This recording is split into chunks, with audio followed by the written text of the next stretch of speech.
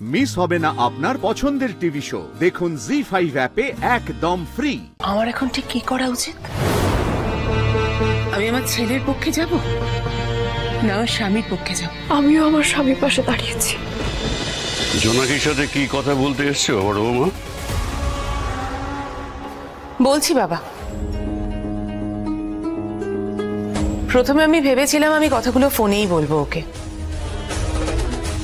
তারপর ভেবে দেখলাম যে কথাগুলো আমি ওকে বলতে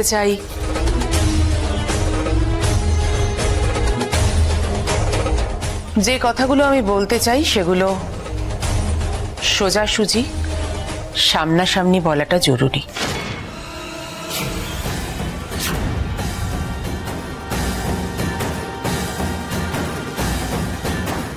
ধ্রুবর সঙ্গে বিয়ের পর থেকে অনেক কিছু ঘটেছে, কিন্তু কোনোদিন আমি তোমাকে কোনো কথা বলিনি। যা বলার আমি আমার ছেলেকে বলেছি।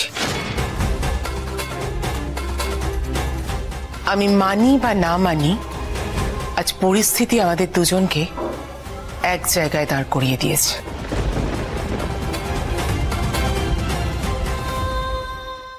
তুমিও মিত্তির বাড়ির বউ, আমিও মিত্তির বাড়ির বউ। আমরা এই বিয়েটাকে না মানলেও আমার ছেলে এই বিয়েটাকে মেনে নিয়েছে। আমার ছেলে সব সময় তোমার পাশে দাঁড়িয়েছে। যে ছেলে আগে মায়ের দুঃখ বুঝতো, মায়ের কষ্ট বুঝতো, সেই ছেলে আজ মায়ের হাত ছেড়ে সরে গেছে। মানুষের জীবনে অনেক বাধ্যবাধকতা থাকে, আর সেই বাধ্যবাধকতা থেকে আমি আমার স্বামীর পাশে দাঁড়িয়ে আমার ছেলেকে সাপোর্ট করতে পারিনি। হয়তো তুমি বোঝো সেটা, আর তুমি তো বারবার বলেছো যে তুমি আমার জায়গাটা খুব ভালো করে বুঝো। তাহলে বলো তো জোনাকি, আমার এখন ঠিক কি করা উচিত?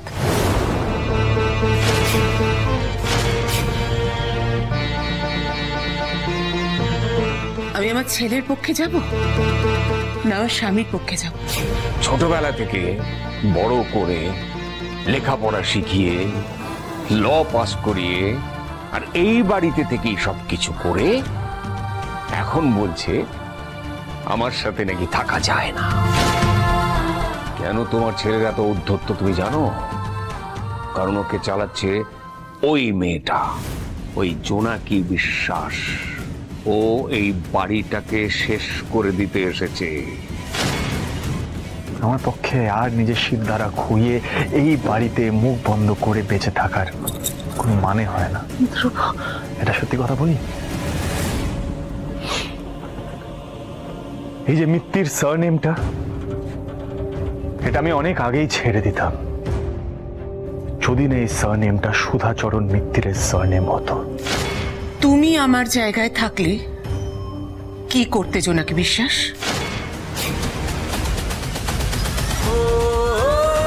উত্তর দাও আমাকে।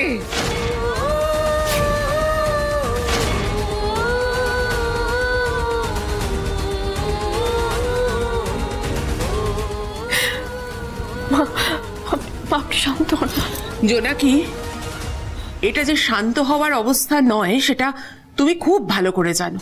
তুমি বাবাকে পরামর্শ দিচ্ছ, তুমি ধ্রুবকে পরামর্শ দিচ্ছ, আর এমন পরামর্শ দিচ্ছ যে তারা সবাই মানছে, তাদের সিদ্ধান্তকে প্রভাবিত করছো। তার মানে তোমার মাথায় বুদ্ধি আছে, যথেষ্ট বুদ্ধি আছে, তুমি বুদ্ধিমতী মেয়ে। তাহলে আমাকেও পরামর্শ দাও, আমাকেও বলো না আমার কি করা উচিত। আমার স্বামীর পাশে দাঁড়ানো উচিত না আমার ছেলের পাশে দাঁড়ানো উচিত? আর কি করা উচিত জোনাকি? আমাকে পরামর্শ দাও না, বলো।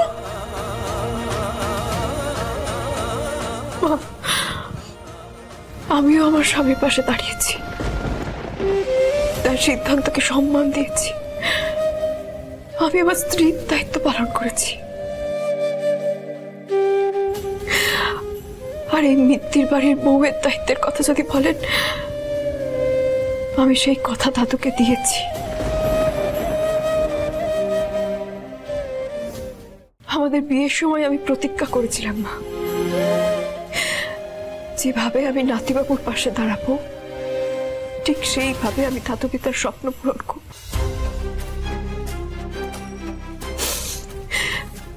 এই বাড়িতে গোটা মিত্তির পরিবারকে এক করব, আর সেদিনকে কোনো ছেলেকে তার মায়ের থেকে আলাদা হতে হবে না।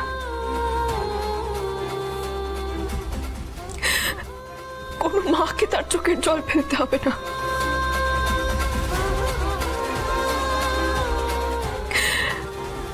সন্তানরা তো তার মায়ের আঁচলের আশ্রয় থাকবে।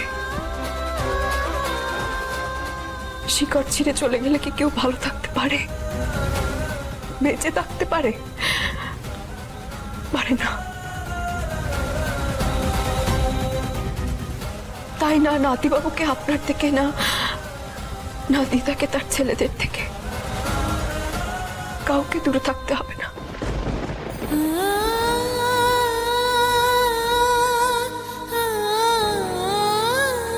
আর এই দিনটা জোনাকি বিশ্বাস সত্যি করে তুলবেই মা।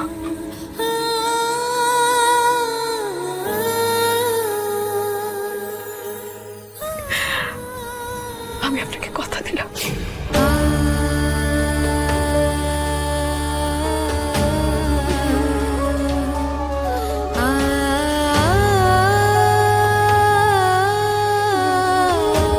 ঠাকুর মশাইকে বলা হয়ে গেছে, আর বাকি বড় বৌমা, তোমরা না কি ভালো সময় এসেছো বলো। এবারে বাড়িতে সরস্বতী পুজো হবে। এই দেখো না, ধ্রুব আর জোনাকি মিলে কি সুন্দর ঠাকুর নিয়ে এসেছে। পুজো হবে, তোমরাও থাকো না থাকো, সবাই মিলে আনন্দ করা যাবে।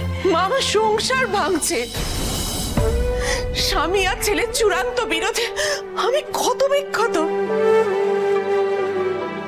আমি পারবো মা সরস্বতী পুজোর আনন্দ করতে? পারবো আমি? দিদি ভাই, মেয়েটা তোমার সঙ্গে চ্যাটাং চ্যাটাং করে কথা বলছে, আর তুমি এসব দাঁড়িয়ে দাঁড়িয়ে শুনছো। যদিও বা এই মেয়ের সাথে মুখ লাগিয়ে তো কোনো লাভ নেই।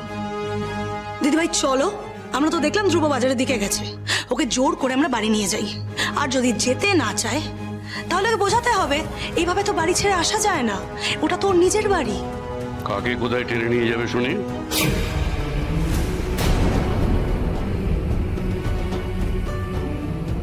আমার নাতি এতদিন পর নিজের জায়গায় ফিরে এসেছে, নিজের শিকড়কে চিনেছে, শিকড়ের টানেই তো সে ফিরে এসছে।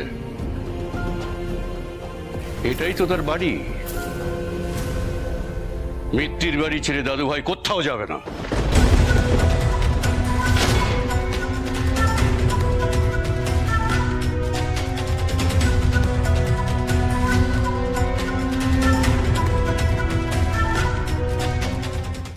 জি5 ডাউনলোড করুন আর সব এপিসোড দেখুন একদম ফ্রি।